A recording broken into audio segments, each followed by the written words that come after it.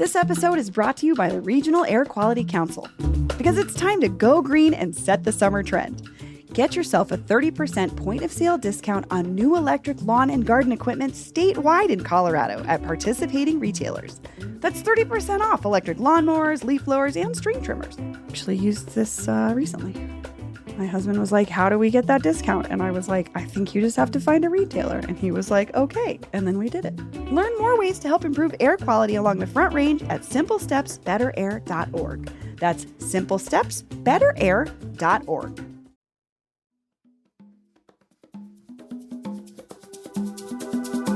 Today on CityCast Denver.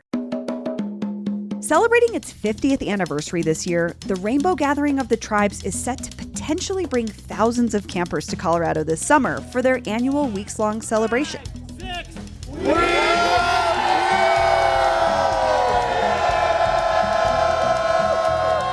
But not everyone is excited about this massive festival of camping hippies. The Colorado Sun described the Rainbow Gathering as a, quote, national bacchanal, and cited locals' concerns with potential wildfires, illegal activity, and trash coming along with the thousands of attendees.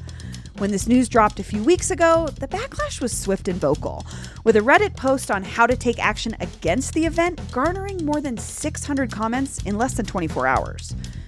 But no one actually talked to anyone who's been to a Rainbow Gathering. So we found someone. Today is Tuesday, April 19th, 2022. I'm Bree Davies, and this is CityCast Denver.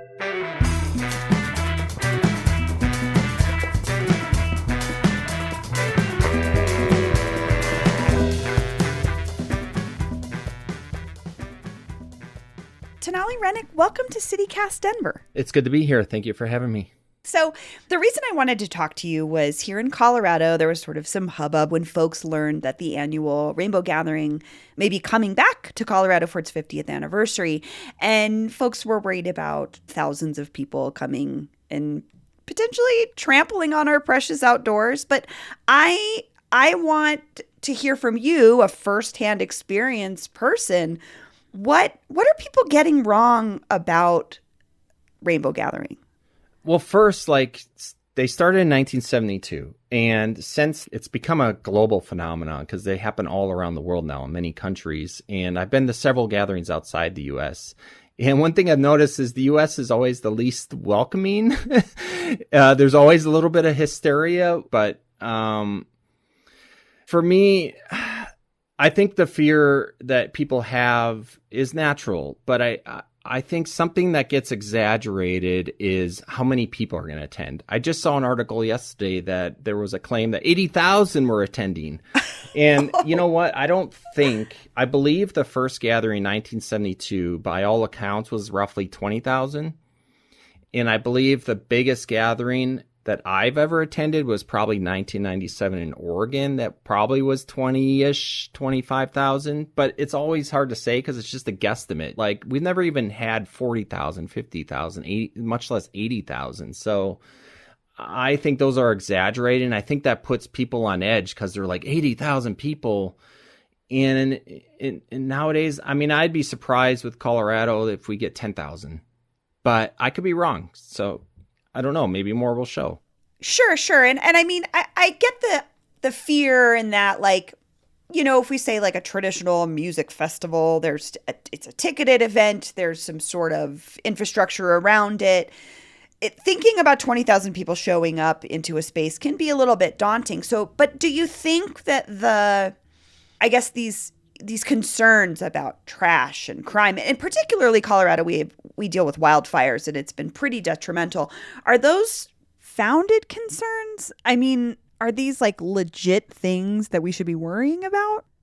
If there wasn't the cleanup effort and the dedication involved, Rainbow Gatherings would not have existed for as long as they have. I mean, you wouldn't have 50 years if you just trashed a place. I personally have seen well over a dozen previous annual sites, sites that have had 10, 20,000 people at them. And you can't see the impact. Like, I've gone and tried to see like finding the old slit latrines or an old compost pit. And it's very hard. Like, you'd have to really know what you're looking for. And even then it's very difficult because you can see a slight depression in the earth or something. But it's the cleanup effort that is involved with Rainbow that several dozens of people stay for weeks after cleaning up and sorting through the recycling and dispersing trails. We usually work with the Forest Service during the cleanup process, like how, we dismantle all the bridges, all the kitchen stuff.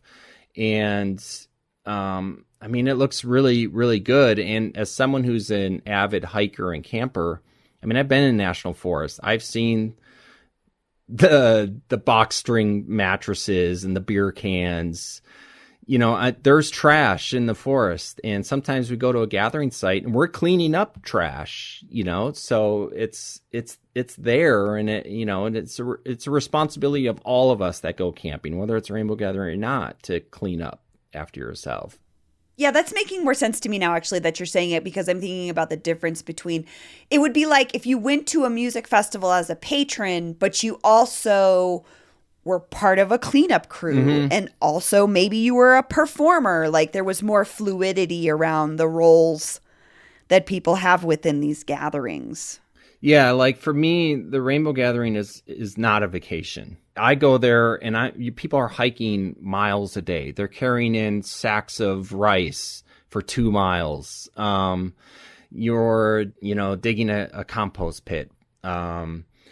And you're putting up tarps, and just the day-to-day activity, it is absolutely not a vacation for me. Maybe some people might treat it as such, but even if you barely lift a finger, you're still hiking. You're still carrying your own stuff in or whatever. So it is very much more a sense of like a pilgrimage, and more of like a journey, like as a friend once described it, it's like boot camp for the soul. And I think that's a very apt description, because there are, for me, many lessons that can be learned at a Rainbow Gathering. And there's been many takeaways. Each gathering, I learned something new, and it helps refine my sense of like being patient, listening to one another, adding more care and compassion in my life. I love this idea. It's sort of a informal space to learn how to be a better human sometimes, it sounds like. Yeah, exactly. And so all of these like magical like performances that I would hear on the campfire led me to want to start field recording at Rainbow Gathering. So I started doing that in 2000, and I've been doing it ever since. So over 20 years, I've amassed an archive of about nearly 1,500 recordings, mixed of like ambient nature sounds, campfire music, poetry, stories, random kitchen chatter. It's a vast archive.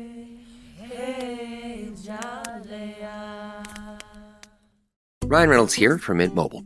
I don't know if you knew this, but anyone can get the same premium wireless for $15 a month plan that I've been enjoying. It's not just for celebrities. So do like I did and have one of your assistants switch you to Mint Mobile today.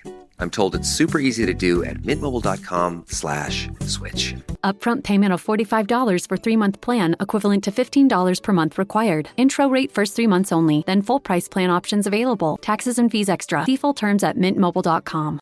I read a Vice article from 2014 that kind of talked about concerns about allegations of violence that have happened at rainbow gatherings. Like in Utah that year, a woman was arrested for stabbing a man, and then another woman was found dead.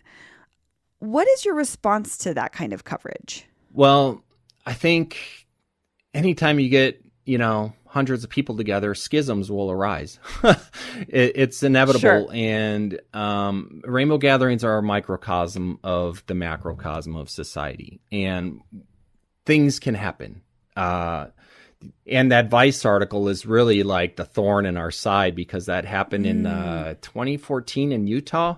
And now it's the article that's always all over the internet forever.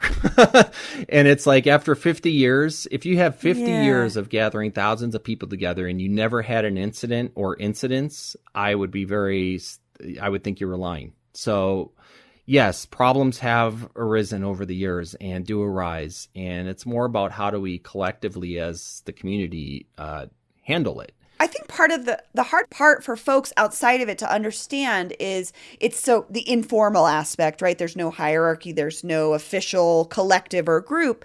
How do folks get involved with the Rainbow family if they want?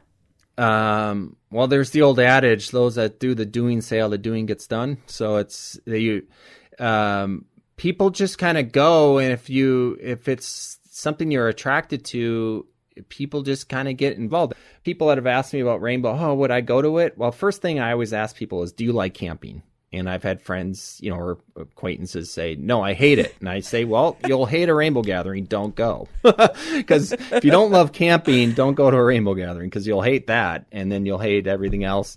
But if you like camping and you like people and you like, creative expression and non-commercial kind of event and the sharing of things, rainbow gathering might be something of interest to you. And then generally I try to encourage people if they're going for the first time to kind of poke around when you get there and find an affinity kind of camp that you feel like the best vibes. Like, oh, this one is more up my alley. Maybe someday we will live together. And maybe someday and then just try to get involved. Ask if you can do anything. So say I live in an area that's near where Rainbow Gathering might happen, like I live in a mountain town or something. What would you want me to know? Or like, what if I'm still nervous or scared about all these thousands of people showing up? What's the thing you'd want me to know? Know that it's a temporary thing. Know that there will be care involved to make sure it is cleaned up. Like I mentioned earlier, weeks of dedication. There shouldn't be the hysteria, and I've never before seen in my nearly 30 years of gathering articles that are coming out in April. This is so early.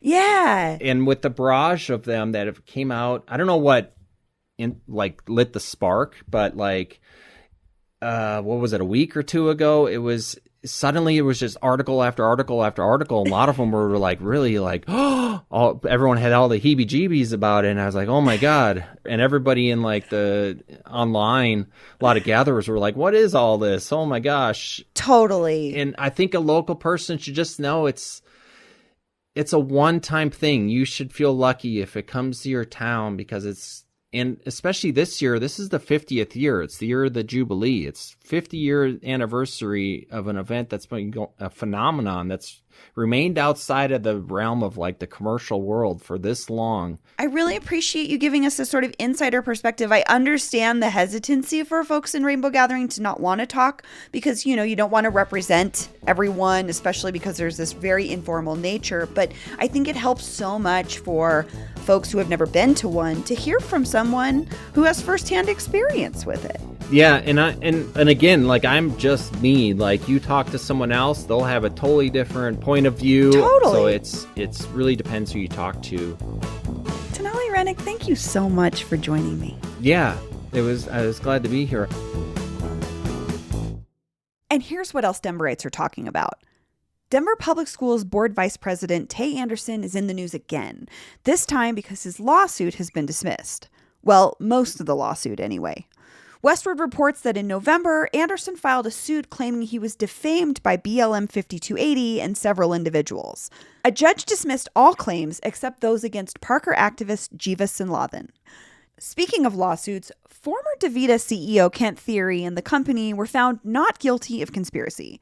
9 News reports that DaVita and Thiry were accused of violating the Sherman Act, which would have kept employees from seeking work opportunities at other dialysis companies. Be sure to check out the CityCast Denver newsletter, where today, Peyton Garcia digs into the details of the lawsuit's outcome. Read and subscribe at denver.citycast.fm/newsletter. That's all for today here on CityCast Denver. If you enjoyed the show, why not take a minute to tell a friend about us and rate the show wherever you get your podcasts. No, seriously, rate us 5 stars and leave us a nice note on Apple Podcasts if you're so inclined. It really helps other Mile High City dwellers like you find our show, and that means a lot to us. We'll be back tomorrow morning with more news from around the city. Bye!